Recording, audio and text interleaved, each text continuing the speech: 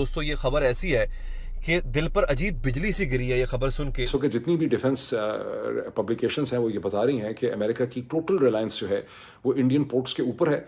Ships के repair के लिए भी, सिपाहियों को, अपनी फोर्सेस और सर्विसमैन को पीछे से प्रोटेक्शन देने के लिए भी, सप्लाई लाइन के लिए भी, फूड सप्लाई के लिए, और उनके मशरक़ वस्ती के अंदर जो सारे 10 बेसिस थे वो उनको ठीक तरह से यूज़ नहीं कर पा रहे। दो बातों का जवाब दीजिए। एक जुबैर साहब ने कहा आप इस पोजीशन में नहीं है कि आप सख्ती से सवाल उठा सके अमेरिका से। भाई 8 महीने पहले जो आपने खत्म कर दिया, हम सऊदी अरेबिया के साथ एक स्ट्रेटेजिक म्यूचुअल डिफेंस एग्रीमेंट कर चुके हैं, सारी दुनिया को उसका पता है, it's a sovereign agreement. Saudi Arab के दारुल हुकूमत रियाज में अमरीकी सिफारत खाने में धमाके के बाद आग भड़क उठी है। आपका सऊदी अरेबिया के साथ जो डिफेंस पैक्ट है पाकिस्तान का, उसका क्या हुआ? मतलब ईरान तो अटैक कर रहा है सऊदी अरेबिया को। Is Pakistan going to go and defend Saudi Arabia from Iran? हम इस पोजीशन में नहीं है क्योंकि वो कह रहे हैं आप बहुत कमजोर है और आपकी फॉरेन पॉलिसी बड़ी कमजोर है। They are not capable of doing anything. Homework तक नहीं करते हैं यहाँ पे, डिसर्टेशन भी दूसरे लोगों से करवाते हैं यहाँ पर। I am so disgusted. उसकी जून की जंग के बाद पिछले साल क्या हमने जंग लड़ी, अपने न्यूक्लियर हमने सारे एसेट वो भी तबाह करवा लिए, शहर भी करवा लिए, कमांडर्स भी हमारे बेचारे शहीद हो गए, सब कुछ हुआ है। अब हमने क्या करना है? बात तो सर सुनने की एक तरफ, जो वहां पर आगे लगी हैं कॉन्सुलेट्स पर जो हमले हुए हैं, कितने लोग मारे गए हैं पाकिस्तान के अंदर, आग भड़क उठी है। आप देखें कहीं गवादर से लेकर, और मैं देख रही थी गिलगित बल्तिस्तान से लेकर पाकिस्तान के पंजाब, सिंध, कराची कॉन्सुलेट, लाहौर कॉन्सुलेट, कहाँ कहाँ पर हमले हो रहे हैं। लोगों को इतनी खुली छूट, मतलब कि वो दंदनाते फिर रहे हैं कॉन्सुलेट के अंदर घुसने की कोशिश में, मारे जा रहे हैं। 8-10 लोगों का एक कॉन्सुलेट के अंदर घुसने की कोशिश में मारे जाना, this is unbelievable.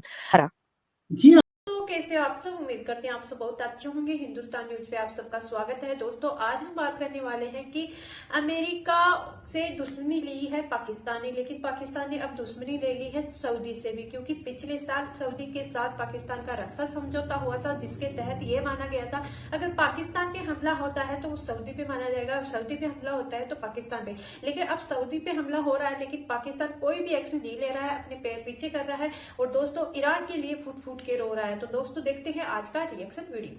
Difficult to understand कि what is the logic without simply saying कि या तो एप्स्टीन फाइल से डिस्ट्रैक्ट करने के लिए ये जंग शुरू की है या बेसिकली इजराइल का जो मकसद है।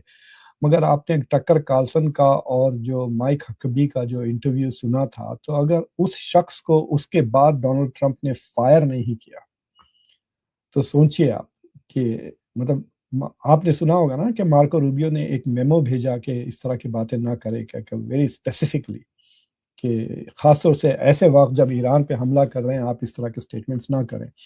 सो he did not fire Mike Huckabee. वो उससे ही आपको अंदाजा होता कि how much he is either in line with this और how much he is under control of Netanyahu.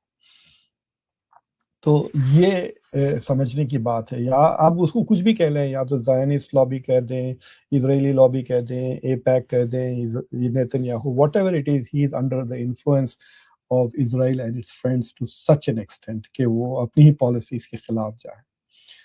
अब जो गोल्स हैं, इनके जो गोल्स हैं, 4 टैक्टिकल गोल्स हैं। एक गोल ये है कि ईरान की जो बची कुची न्यूक्लियर कैपेबिलिटीज है वो पूरी तरह से खत्म कर दें, and I think America and Israel will be very successful in doing that.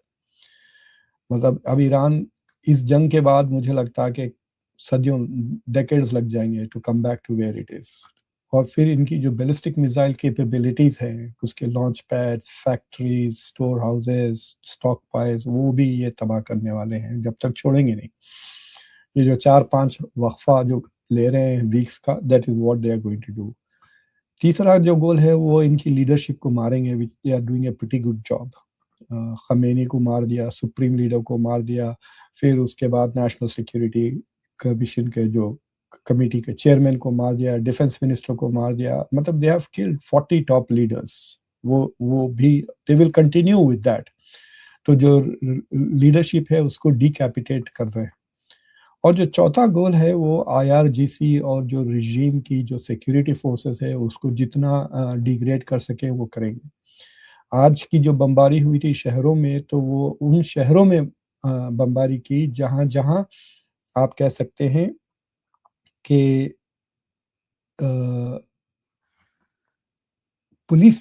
Police की जो कमांड एंड कंट्रोल है, ताकि वो रिप्रेस, जो अपोजिशन उठेगी तो उसको दबाने के लिए जो एजेंसीज है उनको भी टारगेट कर रहे हैं. So they going after this and they will be successful because air domination तो वाकई में एस्टेब्लिश कर लिया है. ठीक है, मतलब Kuwait is doing a better job of hitting US Air Force than Iran. अब सुना कि कतर ने भी 2 गिरा दिए हैं ईरानियन जेट्स, पुराने Su-24. So this will be goal. लेकिन जो स्ट्रेटेजिक गोल है इस जंग का, जो अमेरिका का भी है, इजराइल का भी है, is to replace the Islamic republic की सरकार विद मोदी टाइप लीडर. उनको चाहिए मोदी जैसा बन जा, जो तेहरान में खड़े रह के कहे with full conviction, I say that I stand with Israel. ऐसा बंदा चाहिए उनको. डोनाल्ड ट्रम्प जैसा बंदा चाहिए who will put Israel first. They want a guy who will put Israel first in Tehran. तो वो है इनका स्ट्रेटेजिक गोल, और मुझे लगता है वहां पे वो फेल हो जाएंगे. टैक्टिकल गोल्स ये अपना लेंगे, अचीव कर लेंगे, but they will fail in the strategic goals because उनको नहीं मिलने वाली regime change. I doubt it at all. Iranian public इतनी भी बेगैरत नहीं है कि वो प्रो इजराइल, मतलब ये इमराती नहीं है, ये ईरानी है. तो they are not going to accept कि नेतन्याहू का नौकर आके उनको हुकूमत करे. So very clear in my opinion. अब ये है कि होता क्या है, एंड गेम क्या है, it is not very clear. क्या अमेरिका ग्राउंड ट्रूप्स ले जाएगा? Not at all. ट्रम्प समझ रहा है कि तो पूरी की पूरी यूएस अमेरिकन आर्मी को नहीं पता चल रहा कि ट्रम्प क्या कर रहे हैं और कब कहाँ क्या कर जाते हैं, कब कहाँ क्या बोल जाते हैं. उन्होंने 1 तारीख को ये बोला था कि जो चीज हम 4 दिन में अचीव करते हैं वो 1 दिन में अचीव कर ली.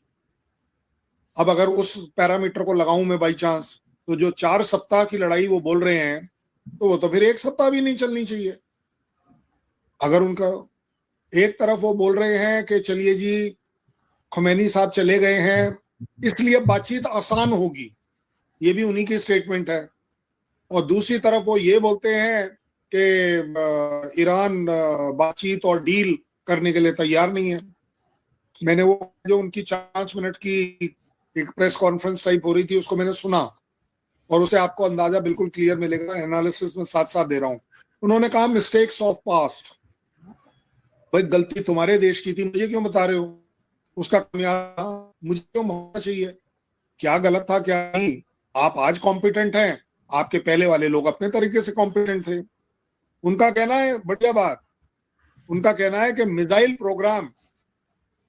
Programme of Iran will reach US.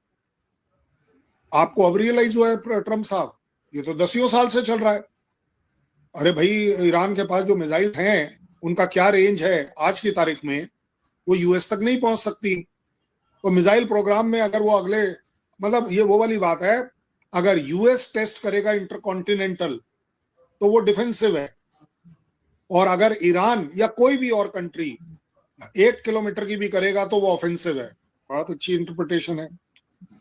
Overseas stations and bases has been attack. आपके बेस आपने ओवरसी रखे, आपकी दादागिरी आप संभालिए, उसका खमियाजा पूरे दुनिया को क्यों देना चाहिए? आप अपने बेस को प्रोटेक्ट कर पाए नहीं कर पाए, आपका अपना प्रॉब्लम है. एक बढ़िया बात उन्होंने कह दी जो सबसे इंपॉर्टेंट है आपके कॉन्टेक्स्ट में भी, आपके और मेरे. Nuclear weapons and program is against the war. मतलब दूसरे का न्यूक्लियर प्रोग्राम पूरे दुनिया के लिए थ्रेट है. आपका न्यूक्लियर रिएक्शन वीडियो कैसा लगा? अगर अच्छा लगा है तो प्लीज सब्सक्राइब कीजिए, शेयर कीजिए, बेल आइकॉन कीजिए ताकि आपको आने वाली हर एक लेटेस्ट न्यूज आसान से मिल जाए. उम्मीद करती हूँ आप लोगों को मेरा वीडियो पसंद आया होगा. पसंद आया तो ज्यादा से ज्यादा शेयर करना. दोस्तों, जिस तरीके से पाकिस्तान ने अपने पैर पीछे कर लिए हैं उसी मुताबिक ऐसा लगता है कि अब अगला वार पाकिस्तान पे होगा, क्योंकि पिछले साल रक्षा समझौता हुआ था पाकिस्तान और सऊदी के बीच. आज सऊदी चारों तरफ से घिरा हुआ है लेकिन पाकिस्तान से कोई भी एक्शन नहीं हुआ है. साथ के साथ पाकिस्तान ने अब अमेरिका से भी दुश्मनी मोल ले ली है। जी हाँ, अब पाकिस्तान भी चारों तरफ से घिर गया है, लेकिन अगर पाकिस्तान सऊदी की हेल्प करता तो आज पाकिस्तान की सऊदी हेल्प करता। तो दोस्तों इसी कारण दिखाया जा रहा है कि पाकिस्तान का दोगलापन आज पूरी मीडिया बता रही है और पाकिस्तान की मीडिया भी बता रही है। तो दोस्तों आज का वीडियो काफी शानदार लगा, आप लोगों को कैसा लगा ये कमेंट बॉक्स में जरूर बताना। मिलते हैं नेक्स्ट वीडियो में, तब तक के लिए बाय, जय हिंद, जय भारत।